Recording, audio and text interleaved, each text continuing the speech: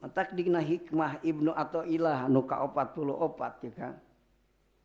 Paman istanaro qalbuhu binuril ma'rifati layakunu indahu ghammun abadan. Sajalma anu hatena caang ku nur makrifat hirup di dunia moal panggijeng bingung lawasna oge. Jadi hayang ulah loba bingung lain ngalobaan duit kan. Kudu sina makrifat hate kaal moal aya urusan dunia nu jadi bingung.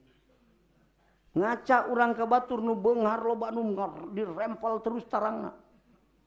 Mobil 300, duit miliaran, tapi ieu tarang ngerut wae. Ya. Punaon Kang ripun sagul perkara da tadi ge atuh da. Ad-dunya akdarun. Akdarun teh ceuk sapalihna logat mah pirang-pirang kokotor. Tapi ceuk sabaraha ulama aya kadarotun teh kacau. Jadi dunia ngacaukeun hirup. Dunia nu teu barokah. Awas, siap-siap. Nu kadatangan harta nu teu barokah, kacau hirup gara-gara harta. Ulah nyangka wah aing rek senang, wah boro-boro. Bener kan?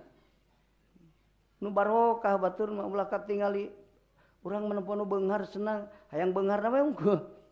Disangkana senang sabab beunghar lain, loba nu beunghar kacau tingali. Duitna loba